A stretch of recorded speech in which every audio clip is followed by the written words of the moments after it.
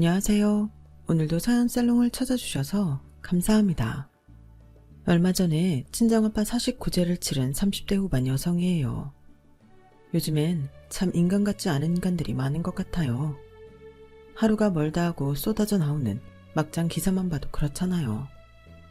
뉴스를 보다 보면 우리나라 막장 드라마 작가들은 반성을 해야겠다는 생각을 하게 돼요. 드라마보다 더 막장 같은 사건들이 사방에 널렸으니 말이죠. 그런데 저희 집에도 이런 막장 드라마 같은 일이 벌어졌지 뭐예요. 지금은 남남이 되긴 했지만 아직도 그날 일을 생각하면 피가 거꾸로 솟는답니다. 저는 연애에 소질이 없는 사람이었어요. 소질이라기보다는 남자 보는 눈이 없다고 해야 할 거예요. 매번 만나는 남자들마다 하나같이 찌질한 놈이거나 여자 등쳐먹으려 드는 놈들이었거든요. 그래서 일찌감치 연애는 접고 일에 올인했어요. 남들 연애하고 결혼할 때 일만 붙잡고 산 덕에 승진도 빨랐고 그만큼 연봉도 꽤 높았죠. 집안에 크고 작은 경조사가 있을 때마다 목돈도 툭툭 내밀 수 있어서 집에서는 잘난 딸 대접을 받을 수 있었고요. 그렇게 30대를 살아가던 어느 날이었어요. 대학 동기 부부가 아파트를 샀다며 집들이에 오라고 연락을 했더라고요. 부부와 저는 대학 시절 내내 같이 붙어 다녔던 절친이라서 없는 시간을 쪼개 참석하게 되었죠. 비록 집값의 대부분은 은행 대출금이었지만 그래도 월세 월문부터 시작해 전셋집을 거쳐 내 집 마련에 성공했다는 사실에 다들 축하해 주었어요. 동기 부부는 재학 시절에 결혼을 해서 벌써 결혼 13년 차를 맞고 있었어요. 10살짜리 아들에 7살짜리 딸도 하나 두고 있었죠. 나와 같은 나이인데 이들은 이미 이룰 걸 다 이룬 셈이었어요. 결혼도 했고 자식도 낳았고 게다가 집까지 있으니 말이에요. 순간 나는 지금까지 뭐하고 살았나 싶더라고요. 회사에서는 능력 있는 직원, 집에서는 가사의 큰 보탬이 되는 장한 딸이었지만 그 어디에도 나를 위한 건 하나도 없더라고요. 그래서 착잡한 마음에 연신 술잔을 비웠는데 그때 남자 동기가 그러는 거예요. 수진아, 너 아직 솔로지? 야, 잘됐다. 나랑 친한 직장 동기가 있는데 그 친구가 정말 괜찮은 녀석이거든. 근데 이 녀석이 연애 고자지 뭐냐? 실력도 있고 남자가 봐도 정말 괜찮은 녀석이야. 어때? 소개팅 한번 안 할래? 다른 때 같았으면 이런 지하에 거절을 했을 거예요. 그런데 그날은 분위기 탓이었는지 취기 탓이었는지 아무튼 소개팅을 하겠다고 해버렸죠. 그렇게 며칠이 지난 수요일 대학 동기가 전화를 했더라고요. 이번 주 토요일에 약속 잡을까 하는데 어떠냐고요. 순간 정신이 번쩍 들었어요. 집들인 날 평소보다 술을 많이 마신 탓에 그날 했던 소개팅 약속을 까맣게 잊고 있었거든요. 그렇다고 이제 와서 안 하겠다고 하면 친구 입장이 난처해질 것 같아서 할 수 없이 나가겠다고 했어요. 하지만 막상 약속 장소에 나가보니 지난 연애의 실패가 떠올라 빨리 자리를 뜨고 싶다는 생각만 들더라고요. 평소 약속 시간에 늦는 걸 엄청 싫어하는 탓에 그날도 20분 일찍 도착을 했는데 카페 안을 둘러보니 상대 남자는 아직 도착을 안 한 것 같더라고요. 그렇게 10분, 20분이 지나 약속 시간이 되었는데 그때까지도 남자는 코빼기도 보이지 않았어요. 차라리 잘 됐다 싶더군요. 한 20분쯤 더 기다리다가 그때까지 안 오면 일어나야겠다 생각했죠. 그런데 하필 그때 제 또래의 남자가 헐레벌떡 카페 안으로 들어오는 거예요. 오늘 저랑 소개팅을 하기로 된 남자였죠. 약속 시간을 15분이나 넘기고 도착한 남자는 땀을 뻘뻘 흘리며 연신 사과를 했어요. 하지만 이미 거절할 생각을 가지고 있던 저로서는 이 상황이 만족스러울 뿐이었죠. 거절할 명분이 생긴 거니까요. 그런데 전철에서 막 내리려는데 임산부석에 앉아있던 여자분이 배를 잡고 쓰러지더라고요. 약속 시간에 늦을 걸 알았지만 그냥 두고 올 수가 없어서 구급차까지 모셔다 드리느라 늦었습니다. 정말 죄송해요. 다른 것도 아니고 아픈 사람을 도와주느라 늦었다는 말에 살짝 미안해지더라고요. 이걸 기회라고 여긴 내 자신이 너무 옹졸한 것 같았거든요. 전화번호라도 알았더라면 미리 연락을 드렸을 텐데 제가 미리 윤 팀장한테 전화번호를 받아주지 못한 탓에 연락 못 드렸어요. 어찌됐던 간에 제 실수니까 사과드립니다. 마침 저는 전화라도 해주지 그랬냐고 따질 참이었는데 그마저도 원천봉쇄당한 기분이었어요. 그래서 울며 겨자 먹기로 괜찮다고 대답했죠. 일찍 집에 돌아갈 생각을 하고 있던 저는 뜻하지 않게 그날 소개팅 상대자와 저녁 시간까지 함께 보내게 되었어요. 대학 동기 말대로 사람이 괜찮더라고요. 매너가 좋다거나 여자를 대하는데 능숙하지는 않았지만 사람을 대하는데 진심을 다하려는 모습이 보였거든요. 되게 첫 만남에서는 어떻게든 상대한테 나를 잘 보이려고 애쓰기 마련인데 이 사람은 그런 것도 없었어요. 자기 자신 그대로를 가감없이 보였거든요. 같이 밥을 먹고 나오다가 근처 오락실 앞을 지나게 되었는데 마치 어린아이처럼 해맑게 웃으며 그러는 거예요. 어렸을 때 아버지를 따라 낡은 오락실에 간 적이 있었는데 그때 거기서 스트리트 파이터라는 게임을 처음 보게 됐어요. 아버지도 오락실에서 했던 게임이라고 저한테 가르쳐 주셨거든요. 그날 이후 그 게임에 빠져서 매일같이 그 오락실에 드나들었어요. 우리 집에 버스로 세정류장이나 가야 나오는 곳이었는데 말이죠. 부모님 몰래 학원도 빠지면서요. 그러다 일주일 만에 딱 걸린 거예요. 엄청 두드려 맞았죠. 이게 커서 뭐가 되려고 이러냐고 엄마가 어찌나 화를 내시든지 내가 게임 회사에 취직했다고 하니까 엄마가 한숨을 푹 쉬시더라고요. 아빠는 뭐 좋아하셨죠. 당신이 조기 교육을 잘해서 아들이 좋은 게임 회사에 들어갔다고요. 난 내가 좋아하는 거엔 거의 반쯤 미쳐서 달려들거든요. 그래서 말인데 난 지금 회사에서 하는 일이 너무 좋아요. 딱 제 적성에 맞거든요. 그러다 보니 연애를 할 때마다 얼마 안 돼서 차였어요. 그렇게 일이 좋으면 일이랑 평생 살라더군요. 오늘 수진 씨 만나보고 수진 씨랑 잘해보고 싶다는 생각을 했어요. 이런저라도 괜찮다면 우리 한번 만나볼래요? 지금까지 만났던 남자들과는 확연히 다른 남자의 모습에 그동안 굳게 닫았던 문이 흔들리는 것 같았어요. 나도 일에 빠져 사는 사람이라 다른 것도 아니고 일 때문에 연애에 소홀해 솔로로 지내게 된 남자가 이해가 되기도 했고요. 사람은 자신과 닮은 구석이 있는 사람한테 동질감을 느끼기 마련이잖아요. 제가 이 남자를 통해 그런 감정을 느꼈던 것 같아요. 그래서 어쩌면 이번이 내 인생의 마지막 연애가 될지도 모른다는 생각으로 만나보기로 결심했어요. 그렇게 시작된 연애는 생각보다 제게 잘 맞더라고요. 서로 일에 빠져 사는 타입이라 서로의 상황을 잘 이해하고 넘어갔거든요. 일주일에 2, 3일은 야근을 하는 저와 마찬가지로 남자친구도 야근을 밥 먹듯이 하고 살았어요. 그리고 주말에 만나 하루를 꽉 채워서 몰아서 놀고 일요일은 각자 집에서 나른하게 하루를 보내는 게 고정 스케줄이 되었죠.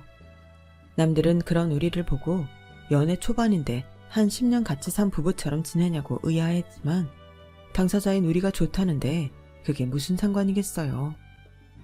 소개팅을 주선한 대학 동기부부도 이런 두 사람을 보고는 몇 달 안에 헤어질 거라는 불길한 예언을 했어요.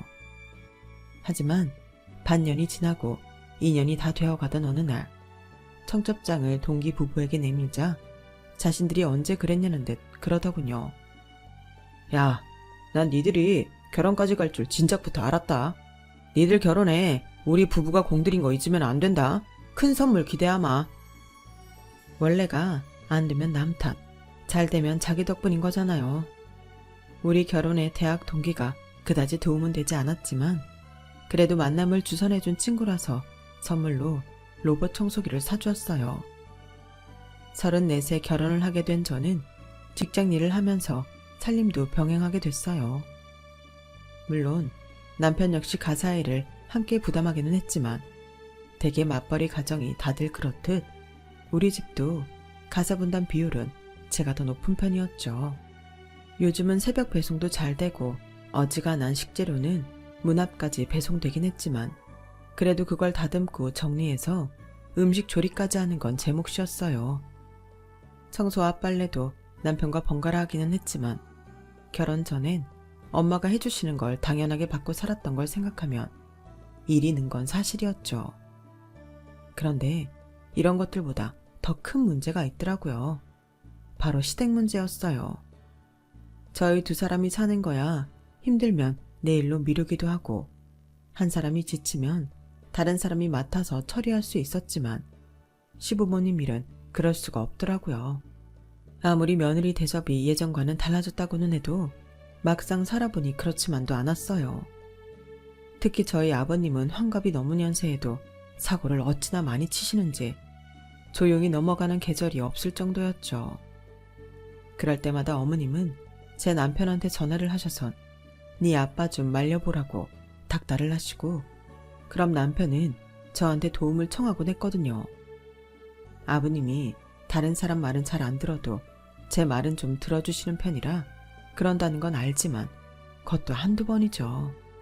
아버님, 복권방을 차리시겠다고요? 그러려면 로또 사업자 등록증이나 그 밖에 복권 관련 서류를 준비하셔야 하는데 그건 있으세요? 아가, 설마 니네가 그런 것도 없이 복권방을 하겠다고 했겠냐? 내가 말했나 모르겠는데 박 사장이라고 그쪽에 발이 넓은 사람이 하나 있어요. 그 친구가 사업자 등록부터 기계까지 다 준비해준다고 했으니까 걱정할 거 없다. 이 계좌로 일단 5천만 원만 보내주면 내가 신경 쓸 거 하나 없이 준비해준댔어. 그래서 말인데 아가, 니들 돈 좀 있냐? 내가 가게 구하고 수리 좀 하느라 자금이 좀 모자라서 말이다. 어떻게 한 5천 정도 빌려줄 수 없겠니? 아버님, 요즘 세상에 누굴 믿고 돈을 맡기신다고 그러세요. 박 사장이라는 그분 정말 믿을 수 있는 분이기는 해요. 복권 사업은 아무나 할 수 있는 게 아니에요. 기관에서 승인을 받은 사람만 사업권을 딸 수 있는 건데 그걸 박 사장이라는 분이 대가 없이 아버님한테 넘겨준다고요? 말도 안 되죠. 일단 그분 연락처부터 주세요. 저희 외삼촌한테 부탁해서 박 사장이란 사람이 정말 그럴 능력이 되는 사람인지부터 알아봐야겠어요. 제 외삼촌이 경찰이라는 걸 아는 터라 아버님도 이참에 확실히 해둘 요량으로 박 사장의 연락처를 넘겨주셨어요. 그리고 다음날 외삼촌을 통해 박 사장이 전과 7범의 사기꾼으로 현재 수배 중이라는 연락을 받았어요. 그래서 아버님을 모시고 박 사장을 만나러 가는 척 하면서 외삼촌한테 박 사장을 넘겼죠. 그 일로 아버님은 사기는 면할 수 있었지만 이미 계약을 끝내고 수리까지 들어간 가게는 모를 수가 없었어요. 그 바람에 시어머니는 팔자에 없는 떡볶이 장사를 하게 되셨죠. 가게가 너무 협소해서 다른 장사는 할 수도 없었거든요. 그렇다고 매달 월세를 내며 가게를 놀릴 수가 없어서 어머님이 가게세라도 벌 요량으로 떡볶이 장사를 시작하신 거예요. 그런데 사람 팔자 모르는 거라고 월세나 벌자고 시작한 장사가 잘 돼도 너무 잘 되는 거예요. 그런데 이게 또 사단을 불러왔지 뭐예요. 장사가 좀 되자 아버님이 또다시 일을 벌리기 시작하신 거예요. 이번엔 떡볶이 프랜차이즈 사업을 하겠다고 나서신 거죠. 어머님 가게로 아버님이 몰고 온 사람들이 시도 때도 없이 찾아오자 어머님이 제 남편한테 전화를 하셨고 또다시 제가 아버님을 말리게 된 거예요. 아가, 이게 땅 짓고 헤엄치기나 다름없는 거야. 간판 달아주고 부자재 유통만 연결해주면 매달 내 통장으로 돈이 들어온다니까.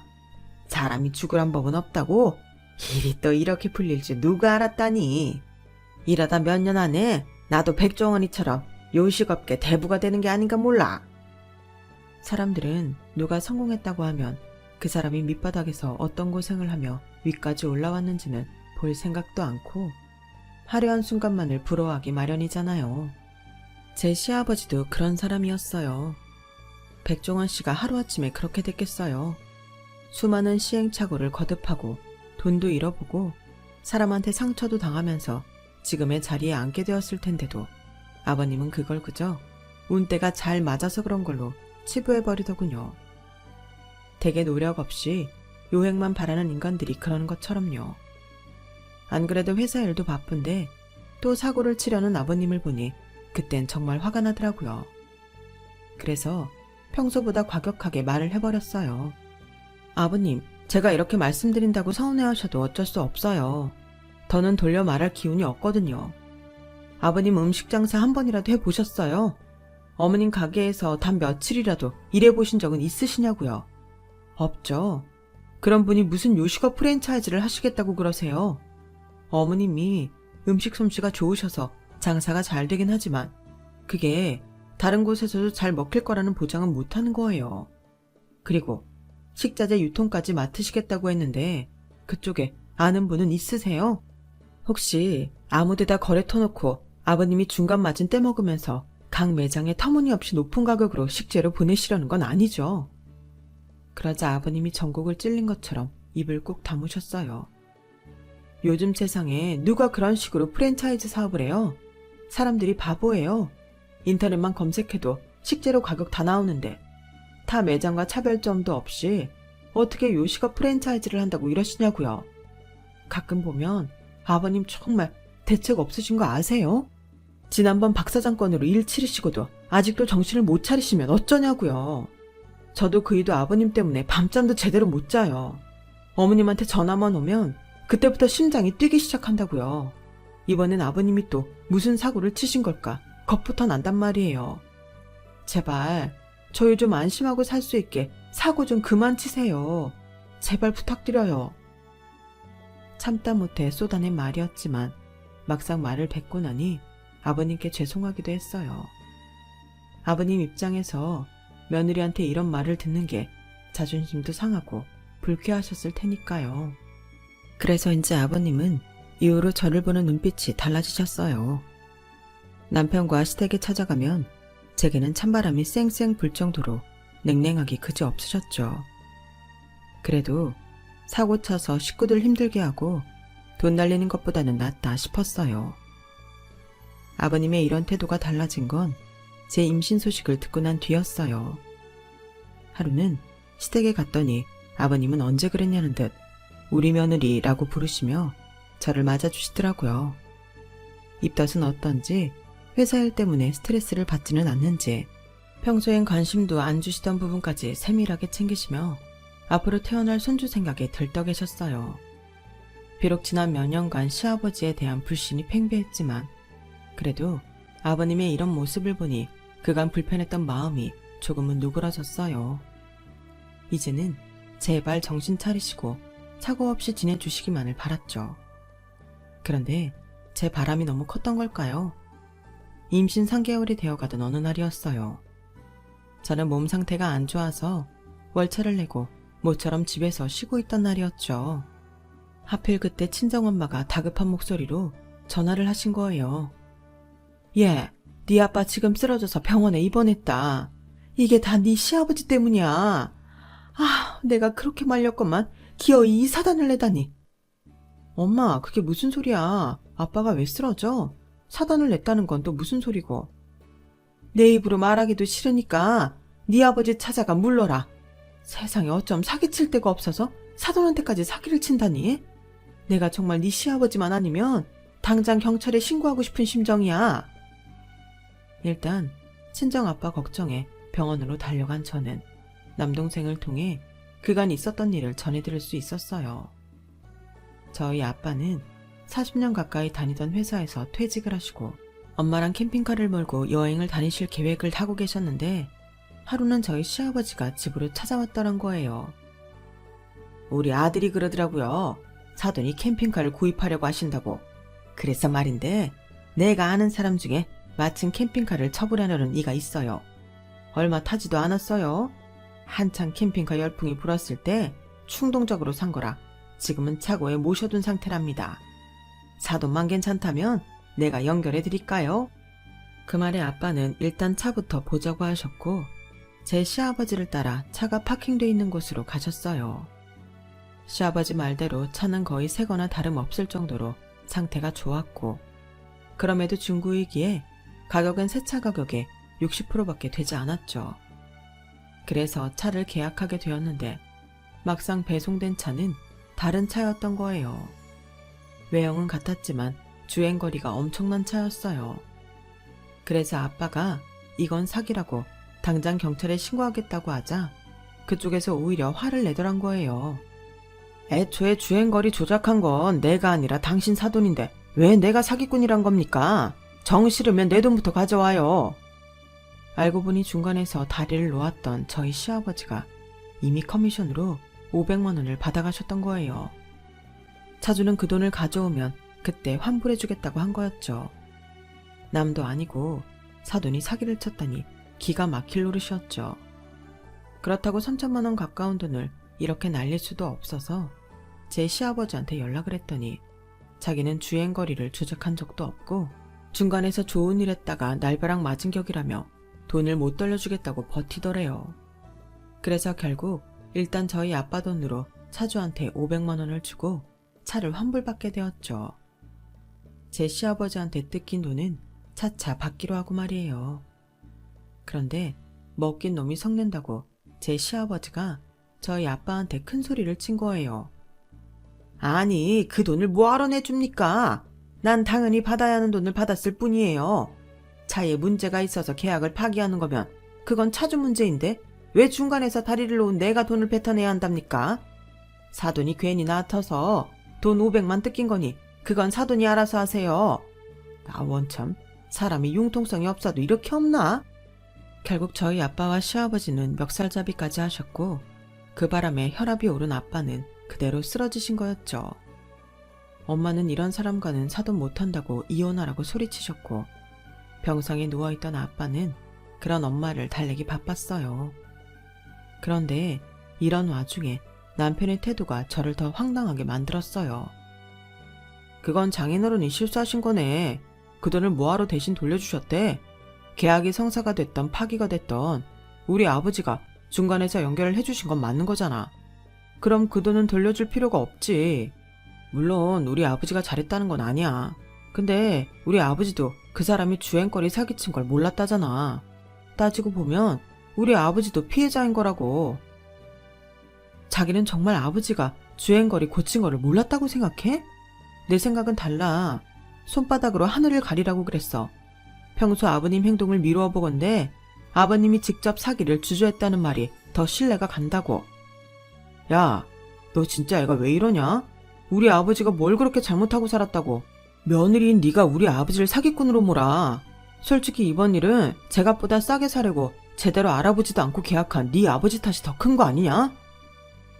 팔은 안으로 굽는다더니 평소 자기 아버지 때문에 골치 아프단 말을 달고 살았던 남편은 정작 그 순간만큼은 자기 부모 편을 들더라고요. 양가 아버님의 싸움은 결국 저희 부부싸움으로 번지게 되었고 한동안 냉전 상태로 지내게 되었어요. 제가 임신한 뒤로 저를 대신해 가사일을 도맡아 해주던 남편은 야근을 핑계로 자정이 다 돼서야 집으로 돌아왔고 때로는 외박도 하곤 했어요. 설상가상으로 저희 회사에서는 그동안 제가 준비했던 프로젝트가 엎어지면서 그로 인한 문체까지 이어졌어요.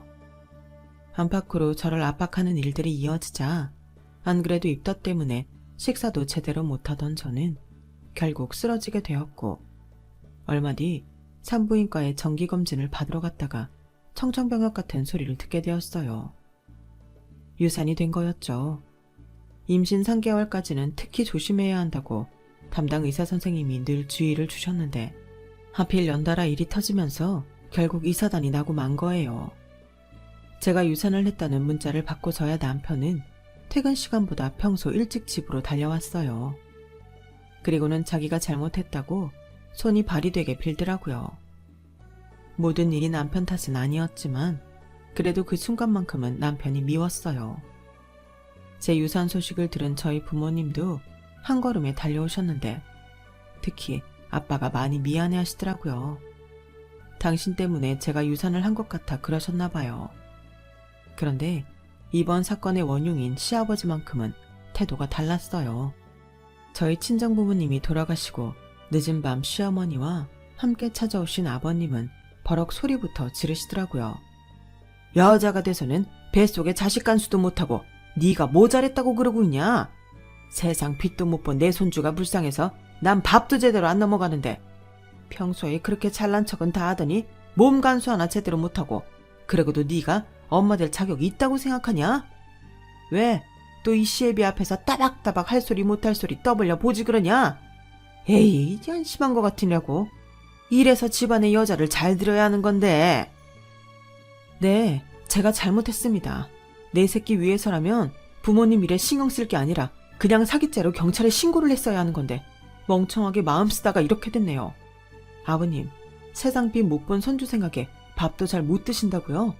근데 그거 아세요? 그 손주 무지개 딸이 건너게 하는데 아버님이 지대하게 일조하셨다는 거요. 아버님이 생각 있는 분이라면 지금 이 순간 자식 잃은 며느리 탓을 하실 게 아니라 위로를 해주셔야 하는 거예요. 그런데 아버님은 그럴 마음 없으시죠? 그러니 이만 나가주세요. 저는 아버님 얼굴도 보고 싶지 않으니까요. 안정을 취해야 할 상황에 제 화만 돋우는 아버님 때문에 저는 그대로 정신을 잃었어요. 깨어나 보니 시부모님은 돌아가시고 남편 혼자 앉아있더라고요. 남편은 자기도 이런 자기 아버지가 밉고 창피하지만 부모라서 어쩔 수 없다고 울먹이더라고요. 대신 제가 원치 않는다면 당분간만이라도 시댁과 거리를 두고 살다더군요. 솔직히 이혼까지 생각하고 있던 저는 이런 남편의 말에 한 번은 내가 참아보자 싶었어요. 그런데 아버님은 이런 마음을 아는지 모르는지 기어이 마지막 끈까지 잘라내시더군요. 제가 유산을 하고 1년이 지나던 무렵 저희 아빠가 갑자기 세상을 떠나셨어요. 평소 혈압이 높은 편이시긴 했는데 그래도 약도 드시고 주기적으로 병원 진료도 받고 계셔서 안심하고 있던 차에 벌어진 일이었죠. 엄마가 계모임에서 단풍 여행을 떠난 날이라 욕실에 쓰러져 계신 걸 발견하는데 시간이 걸렸고 결국 그렇게 세상을 떠나고 마셨어요. 친정아빠의 황망한 죽음에 정신을 차릴 수가 없었어요. 다행히 오빠랑 올케 언니가 알아서 장례 준비를 해준 덕분에 그나마 한시름 놓을 수 있었죠. 그런데 장례 이틀째가 되던 날 제 시아버지가 친구분들과 함께 장례식장에 찾아오시면서 사건은 시작이 되었어요. 조문을 오신 것까지는 좋았는데 이후 식사를 하시고는 장례식장 한켠에서 화투판을 벌이신 게 문제였죠. 그 모습을 보고 제가 남편한테 화를 내자 오빠가 말리더라고요. 장례식장에서는 일상적인 모습이라면서요. 하지만 자정이 다 돼가고 다들 장례식장 한켠에서 잠을 청할 때까지도 시끄럽게 떠들며 화투를 치는 통에 더는 못 참게 서서 한마디 하러 갔어요. 그랬더니 시아버지가 뭐라는 줄 아세요? 네가 뭘 몰라서 하는 소리다. 원래 장례식장에선 이렇게 시끌벅적하게 떠들어 줘야 상갓집 분위기도 나고 하는 거야. 나 한창 운빨 서는 중이니까 잔말 말고 저리 가. 너 때문에 부정탈락. 평소 아버님도 멀쩡하다고는 할 수 없었지만 화투판에 앉아있는 아버님은 정말 제정신이 아닌 사람 같았어요. 반쯤 눈이 돌아간 사람처럼 화투장을 쪼고 있는데 영화에서나 보던 도박 중독자 같은 모습이었죠. 혹시나 하는 생각으로 남편한테 물었어요. 자기, 아버지 혹시 도박하셔? 그랬더니 남편 얼굴이 발갛게 달아오르는 거예요. 그제야 알 수 있었어요. 아버님이 왜 그렇게 사기까지 쳐가며 돈에 집착했는지를요. 가서 당신 아버지 말려. 우리 아빠 장례식장에서 도박판 벌리지 말고 조용히 돌아가시라고 하라고. 안 그러면 내가 신고할 거야. 결국 남편이 가서 그만두시라고 설득을 했지만 이미 눈이 돌아간 도박꾼들은 그럴 생각이 없었어요. 그러자 남편이 화투판을 뒤엎으며 그만하라고 소리를 쳤죠. 그러자 그 순간 아버님이 미친 사람처럼 제 남편을 때리기 시작했어요. 그리고는 장례식장 입구로 달려가 조이금함을 뒤지더라고요. 이미 막내 동생이 정리를 해둔 터라 함 속에는 늦게 찾아온 조문객이 넣은 돈 봉투가 2억 엔 정도 남아있었는데 시아버지가 그걸 뒤지면서 돈을 꺼내 챙기더군요. 돈 어딨어? 내가 여기서 지금 얼마를 잃었는 줄 알아? 자그마치 500이야. 그러더니 제게 달려와 멱살을 쥐고는 소리쳤어요. 네 년이지? 내 아들 들쑤셔서 판 엎은 거 다 니년이 시킨 짓 아니냔 말이다. 너 때문에 다 이긴 판 놓친 거니까 네가 돈 물어내라. 오늘 받은 조의금 있을 거 아니야. 내 돈 500만 원 내놓으라고.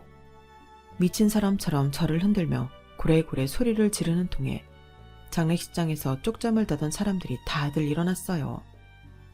내가 너를 며느리로 들이는 게 아니었는데 저 멍청한 녀석이 너 아니면 안 된다고 하는 통에 내가 내 발을 찢게 됐구나. 아이고 내 팔자야. 멍청한 아들이요? 그게 부모로서 할 말이에요? 하지만 아버님 아들이 멍청하다는 말에 저도 동의해야겠네요. 왠지 아세요? 나 같으면 당신 같은 부모 진작에 영 끊고 살았을 테니까요. 그래도 아버지라고 끝까지 미련 못 버리고 어떻게든 챙기려는 제 남편이 정말 바보같이 멍청하고 불쌍하니까요.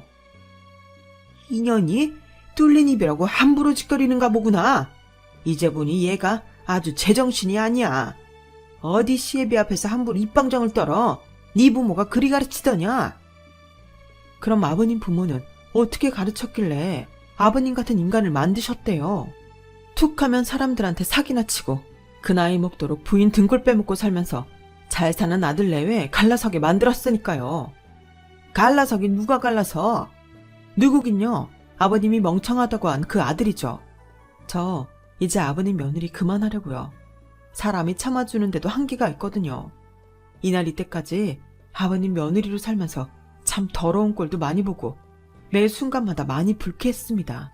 그러니 장례식장을 나가시는 순간부터 아버님 며느리였던 저는 잊어주시고 앞으로 내 인생에 티끌만한 오점도 남기지 말아주시길 바랍니다.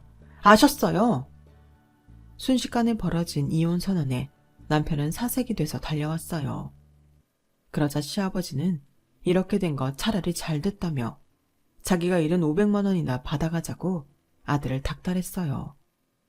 그러자 남편은 자기 아버지 손을 뿌리치며 발악했죠. 도대체 언제까지 이러고 살 거예요? 아버지는 창피함도 모르세요? 다른 것도 아니고 장인어른 장례식장이에요. 꼭 여기까지 오셔서 이런 추태를 보이셔야 했냐고요. 500이죠? 그걸 왜 조의금에서 받아가요? 아버지 자식이라는 게 정말 창피해요. 할 수만 있다면 영 끊고 살고 싶다고요. 왜 하필 당신이 내 아버지였는지 하늘이 원망스럽다고요. 남편의 말에 시아버지는 휘청하더니 자리에 주저앉았어요. 그리고는 어리 빠진 얼굴로 눈물만 줄줄 흘리더군요. 상황이 이렇게 되자 시아버지와 함께 왔던 사람들이 주섬주섬 돈을 챙겨 자리에서 일어났어요. 그 순간 중학교에 다니는 큰조카가 사람들을 향해 소리쳤어요. 저 사람들 못 도망가게 잡으라면서 곧 경찰 올 거라고 하더군요. 그 말에 사람들은 너나 할 거 없이 그 사람들을 붙잡았고 몇 분 뒤 도착한 경찰한테 넘겼어요. 제 시아버지도 마찬가지였고요. 저희 가족이 장례를 마무리 짓는 동안 남편은 아버님 문제로 경찰서에서 뜬 눈을 세워야 했어요. 그리고 아빠 장례가 끝나자마자 저는 남편과 이혼을 했어요. 솔직히 남편한테는 약간의 미련이 남았지만 도저히 시아버지를 보고 살 수 없었거든요. 남편의 성격상 자기 아버지랑 연을 끊고 살 수 있는 사람도 아니었기에 이쯤에서 우리 부부가 헤어지는 게 맞겠다 싶었죠. 남편도 장인 장례식장에서까지 도박판을 벌인 자기 아버지 행동 탓인지 저를 잡지는 못하더군요. 이혼 뒤 대학 동기를 통해 들었는데 그날 저희 아빠 장례식장에서 잡힌 사람들 중 몇 명은 사기 도박단으로 장례식장을 돌며 조문객들을 상대로 돈을 뜯어왔던 전과자라고 하더라고요. 그 바람에 시아버지도 조사를 받게 되었는데 조사 과정에서 놀라운 사실이 밝혀진 거예요. 시아버지가 도박으로 잡힌 게 이번이 처음이 아니란 거였죠. 초범이라면 벌금형 정도로 풀려나겠지만 아버님은 전적이 많아서 결국 징역형을 받게 되었어요. 그리고 얼마 뒤 시댁은 풍비박산이 나고 말았어요. 그간 가족들 몰래 시아버지가 여기저기서 빌린 돈이 한두 푼이 아니었거든요. 시댁엔 하루가 멀다 하고 빚쟁이들이 몰려왔고 시어머니는 결국 집이며 폐물 등 팔 수 있는 건 다 팔아 빚을 갚아야 했어요. 남은 거라곤 떡볶이집 하나뿐이었죠. 그나마도 아버님이 어머님 몰래 가게 주인한테 보증금을 빼간 탓에 일세를 내며 장사를 하게 되었지만 유일한 생계 수단이었기에 놓을 수는 없었어요. 이혼 과정에서 신혼집을 정리한 탓에 시댁에서 지내던 남편은 월세집을 구해 어머님을 모시고 살고 있다고 했어요. 이런 상황을 겪어보니 결혼은 해도 고민, 안 해도 고민이라는 말이 생각나더라고요. 모두가 그렇듯 저 역시 행복한 미래를 꿈꾸며 결혼을 했지만 결과는 이혼이라는 결말을 맞게 되었네요. 하지만 진흙탕에 완전히 빠지기 전에 헤어나올 수 있었던 건 그나마 다행이라고 생각해요. 아직은 젊으니까 실패로 끝난 결혼을 반면교사 삼아 남은 인생을 꿋꿋하게 헤쳐나가려고 합니다. 열심히 살아보려고 해요. 저 응원해주세요. 털어놓고 보니 속이 시원하네요. 제 사연을 들어주셔서 감사합니다. 행복 가득하세요. 여러분, 사연 댓글에 응원과 현명한 조언 부탁드려요. 좋아요와 구독은 저에게 큰 힘이 됩니다. 오늘도 좋은 일 가득하세요.